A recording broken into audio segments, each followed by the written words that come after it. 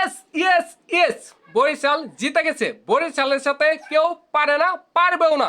বরিশালের লঞ্চের ধাক্কায় খুলনা থথর থথর করে কাঁপতেছিল। খুলনা হেরে গেছে।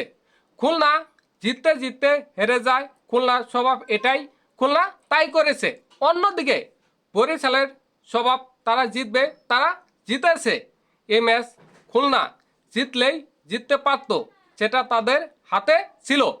খুলনা 10 ওভারে করেছিল 102 রান। এই রান 200+ হতেই পারত, কিন্তু খুলনা শেষ পর্যন্ত 187 রান করেছে 5 উইকেটে। বরিশাল যখন ব্যাটিংয়ে নামলো তখন বরিশাল দুর্দান্ত ব্যাটিং করলো, বিশেষ করে তামিম ইকবাল এবং ডেভিড মালান। ডেভিড মালান করেছে 63 রান। যখন মুশফিক এবং মাহমুদুল্লাহ একসাথে আউট হলো তখন খুলনা স্বপ্ন দেখতেছে তারা জয়লাভ করবে, কিন্তু ওই সময়ই ফাহিম আশরাফ একটি 4 এবং একটি 6 মেরে দিল। তখনই আবার খুলনা হাসিটা কান্নায় পরিণত হলো। খুলনা তখনই হেরে গেছে। ফাহিম আশরাফ করেছে 6 বলে 18 রান, দুর্দান্ত একটি ইনিংস খেলেছে।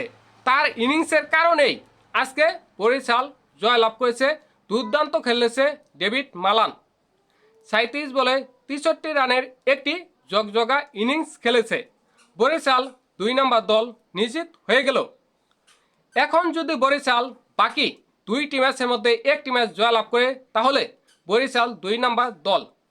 আর যদি তারা একটি ম্যাচও জয়লাভ না করতে পারে, চিটাগাং একটি ম্যাচ জয়লাভ করে বা চিটাগাং একটি ম্যাচ হারে, সেক্ষেত্রেও বরিশাল 2 নম্বর থাকবে।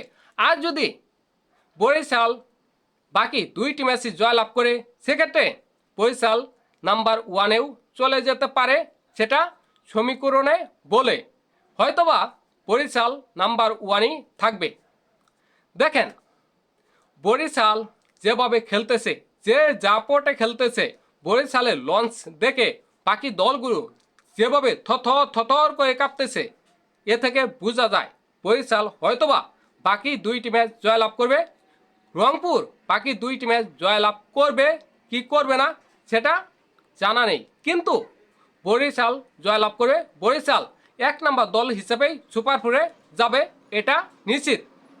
বরিশালের কোনো চিন্তা নেই। বরিশাল সুন্দর করে ফুল প্যাকেট করে বাকি দলগুলোকে ফুল প্যাকেট করে তারা ফাইনালে চলে যাবে এবং ফাইনালে রংপুরকে ফুল প্যাকেট করে রাস্তা রাস্তা পথে পথে ফুল চুনা করে ফাইনালটা গড়ে নেবে।